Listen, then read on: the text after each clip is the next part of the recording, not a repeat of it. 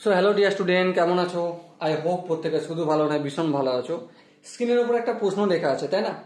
প্রশ্নটা কি বলা আছে দেখো। প্রশ্ন বলা হচ্ছে শো দ্যাট, দেখাও যে cos square theta plus cos square alpha plus theta minus 2 cos alpha into cos theta into cos of alpha plus theta is independent of theta.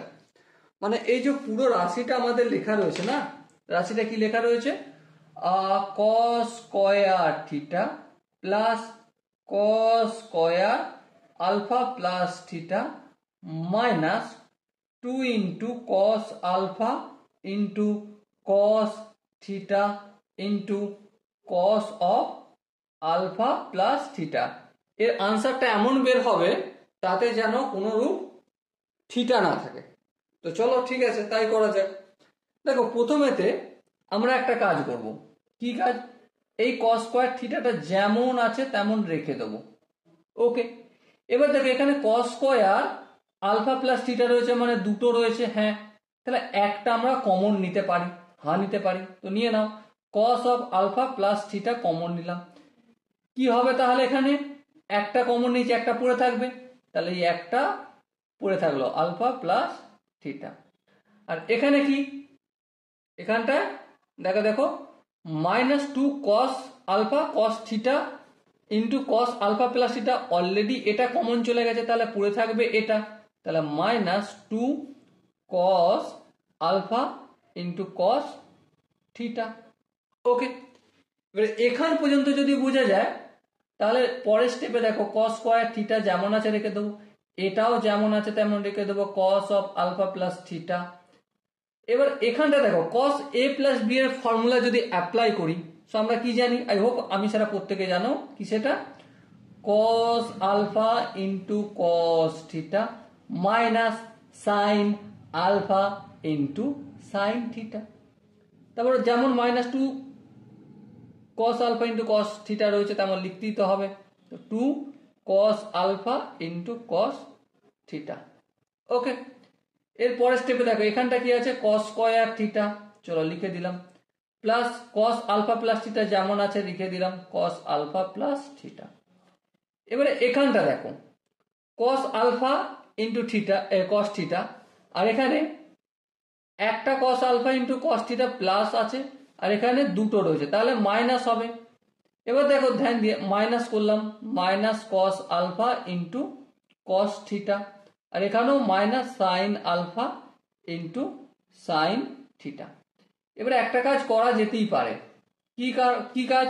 এই দুটো মাইনাস কমন নিয়ে ডাইরেক্ট এখানে মাইনাস লিখে দেবো। Okay, তো কি হবে তাহলে? Cos of alpha into cos of theta plus sine of alpha into sine of theta. এর পরের স্টেপে দেখো ইন্টারেস্টিং স্টেপ আছে, যেমন আছে তেমন লিখে রাখছি। ওকে, এখানটা দেখো cos A into cos B plus sine A into sine B, formula কি হয়? Cos alpha minus B alpha minus theta, ঠিক আছে, alpha sorry cos alpha into cos beta, হ্যাঁ মাইনাস হবে। তো ব্যাস এটা হয়ে গেল। বলো এখান পর্যন্ত কি কারো বুঝতে অসুবিধা রয়েছে?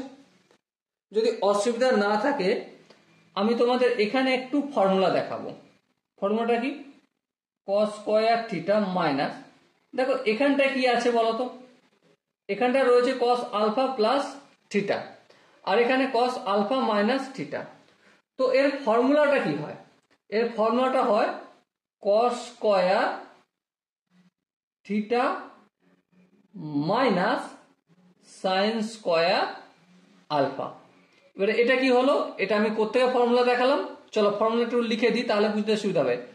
কস of A plus B into cos of A minus B সমান কি হয় বলো বলো? Cos of A plus B into cos of A minus B is equal to cos square B minus sine square A হয়।